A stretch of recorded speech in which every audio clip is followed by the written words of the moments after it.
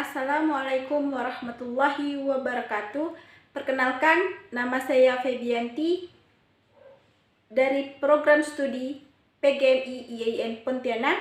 Di sini saya ingin memaparkan sedikit mini riset saya tentang Islam dan kebudayaan lokal.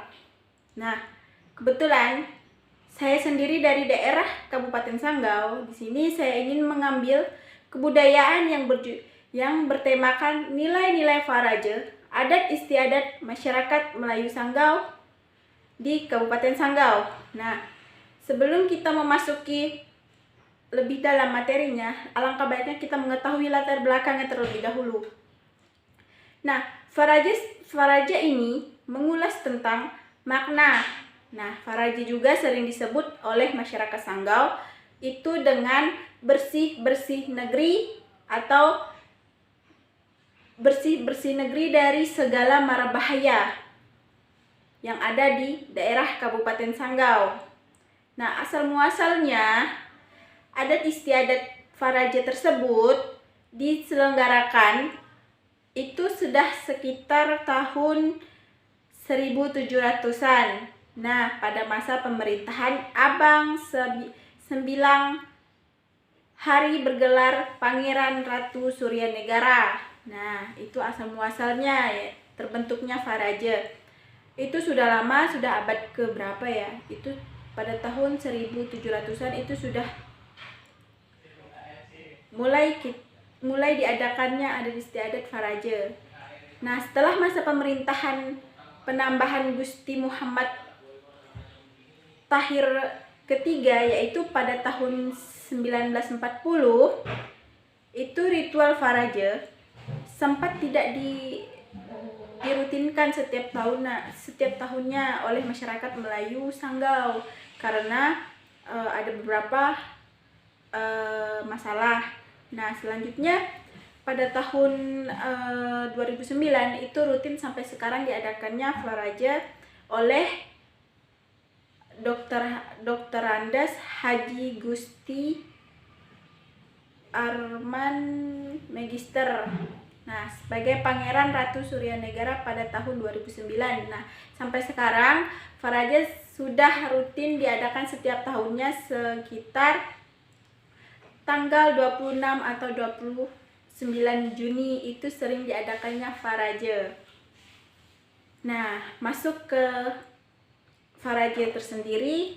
Faraje tersendiri terlogatkan dalam masyarakat Sanggau yang berasal dari bahasa Arab, yaitu mufaraj, faraj, faraji, dan faraj, berarti membersihkan kotoran. Nah, betul dibilangkan tadi mengapa faraje itu dari masyarakat Sanggau sering disebut dengan bersih-bersih negeri. Dalam bahasa Arabnya juga sudah jelas disebut dengan membersih kotoran sama. Jadi faraje itu diselenggarakan dengan cara berkeliling kampung dengan melibatkan banyak orang sambil membaca surah Yasin dan membaca akidah mufaraj, atau sering juga melafazkan asma-asma Allah ketika menjalankan atau mengadakan baik, lanjut. Nah, sejarah faraje sendiri memiliki banyak sumber karena pada rangkaian ritual ini pada dahulunya itu berpisah-pisah karena satu sama lainnya, seperti Laskar Ratib Saman, Laskar Surah Yasin, Laskar Lafal Faraj, Penabuh Meriam, Pengumandang Azan, dan Kitab Faraje itu pisah-pisah waktu itu. Tapi sekitar tahun 2009 itu sudah menjadi satu. Jadi sudah rutin untuk diadakan setiap tahunnya sekitar tanggal 26 sampai 29 Juni. Nah, masuk ke faraje ini sendiri. Faraje itu merupakan suatu acara yang memadukan antara agama, adat istiadat, seni budaya, dan tatanan pemerintahan Islam. Faraje merupakan suatu ritual sakral yang turun-temurun. Nah, tadi kan sudah dijelaskan di awal, faraje sudah ada sejak tahun 1700-an, jadi sudah lama. Tapi tidak rutin diadakan sampai tahun 2009, tapi tidak rutin setiap tahunnya seperti sekarang. Kalau sekarang Faraja itu sudah diadakan setiap tahunnya sampai sekarang. Nah, Faraja juga tetap terjaga sampai sekarang dan dilaksanakan sepanjang tahun. Betul, karena di lingkungan kerajaan Faraja atau pelaksanaan kegiatan ini turut juga diundang petinggi-petinggi yang berasal dari Kabupaten Sanggau. Selain diundangnya para raja yang berada di Kalimantan Barat dan raja-raja yang berada di luar wilayah Kalimantan Barat pun peran tokohnya, masyarakat tersebut itu sudah ada undang-undangnya. Jadi setiap perayaan Faraja itu dari petinggi-petinggi dari daerah Kabupaten Sanggau tersendiri, bahkan kota Pontianak juga termasuk. Bahkan petinggi-petingginya ikut untuk merayakan kegiatan atau adat istiadat Faraja ini. Nah, dalam merayakan adat istiadat Faraja tersebut dapat kita ambil hikmahnya, seperti dalam perlombaan yang diadakan itu kita dapat mengambil makna-makna tersendiri. Seperti sampan kita mengambil, karena dalam perlombaan sampan tersebut tidak hanya satu orang, tetapi lebih dari satu orang. Bahkan satu sampan itu bisa terdiri dari 3 atau 4 orang. Jadi di situ kita dapat mengambil maknanya, seperti mengambil kebersamaannya, kerjasamanya, kekompakannya dalam melaksanakan sesuatu. Nah, dari perlombaan selanjutnya seperti Japin dan lainnya itu termasuk ke Islamnya, karena dia lebih ke mengagung-agungkan Tuhan. Nah, jadi dapat disimpulkan Faraja itu termasuk ke dalam Islamnya juga ada, kebudayaannya juga ada. Dalam kebudayaan tersebut, ya lebih jelasnya sih di kebudayaannya itu sudah terlihat ada petinggi-petinggi, ritual-ritual yang harus dilakukan oleh para petinggi-petinggi yang ada di Kabupaten Sanggau untuk melancarkan kegiatan Faraja. Nah, dalam kegiatan Faraja tersebut, dalam mengangkat kebudayaan-kebudayaan yang telah hilang, bukan telah hilang tapi telah sedikit demi sedikit akan terlupakan, disitulah dari adat istiadat Faraja kita mengangkat kembali dan melestarikan kebudayaan-kebudayaan yang ada di Kabupaten Sanggau agar tidak dilupakan oleh masyarakat yang sekarang, bahkan untuk seterusnya. Karena setiap tahunnya adat istiadat Faraja itu bakal mengangkat kebudayaan-kebudayaan yang akan dilestarikan untuk kita kenalkan ke masyarakat luas agar mengetahui ini loh acara adat istiadat Faraja, ini loh kegiatan yang harus dilakukan Faraja dalam menjalankan ritual-ritualnya.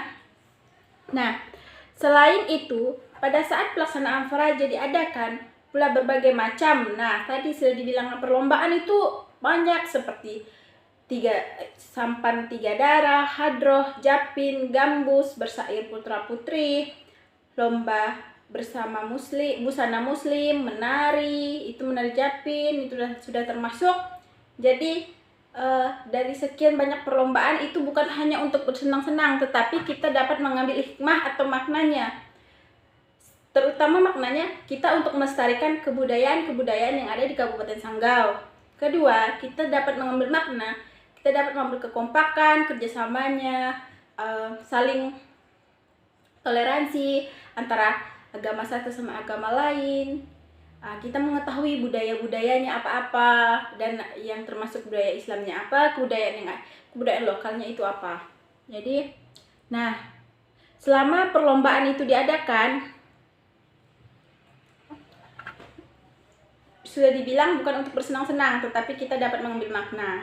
Selanjutnya, tujuan dari dilaksanakan Faraja ialah untuk melestarikan budaya leluhur, karena budaya ini sudah sangat mengakar serta menjadikan cikal bakal dan nilai-nilai kearifan lokal yang berada di Sanggau, serta perlu dilestarikan dan dipertahankan karena perayaannya tidak lepas dari unsur-unsur seni dan budaya. Nah, oleh sebab itulah seni itu indah dan budaya. Hal yang patut dilestarikan dan dikembangkan pada generasi selanjutnya yaitu kita perlu setiap tahun itu mengangkat sesuatu yang belum pernah ada ataupun yang sudah ada, kita angkat lagi, kita perkenalkan lebih luas lagi, ya seperti itu. Dan hal tersebut dilakukan agar mereka tidak mudah terpengaruh oleh kebudayaan luar. Maksudnya bukan kebudayaan luar dari Kalimantan, tetapi luar negeri, seperti mudah terpengaruh dengan budaya-budaya asing. Nah, tuh jadi udah bilang mungkin kebudayaan luar negeri seperti merusaknya iman kita, akhlak kita, serta moral dan generasi selanjutnya. Jadi kesimpulannya pada Faraja mini riset saya kali ini, kita dapat mengetahui apa sih yang termasuk ke dalam Islam, apa sih yang termasuk ke dalam budaya lokalnya tersendiri. Jadi adat istiadat Faraja itu sudah jelas, adat istiadatnya sudah diketahui banyak masyarakat, sudah diketahui bukan hanya masyarakat lokalnya saja, tetapi sudah luar Kabupaten Sanggau juga sudah mengetahui adat istiadat tersebut. Nah, jadi adat istiadat Faraja itu sudah terkenal baik di kota Pontianak, bahkan di luar Pontianak juga ada. Bisa dibilang Faraja ini sudah termasuk ke Islam dan kebudayaan lokalnya. Jadi mungkin itu saja yang bisa saya sampaikan, kurang lebihnya saya mohon maaf. Wassalamualaikum warahmatullahi wabarakatuh.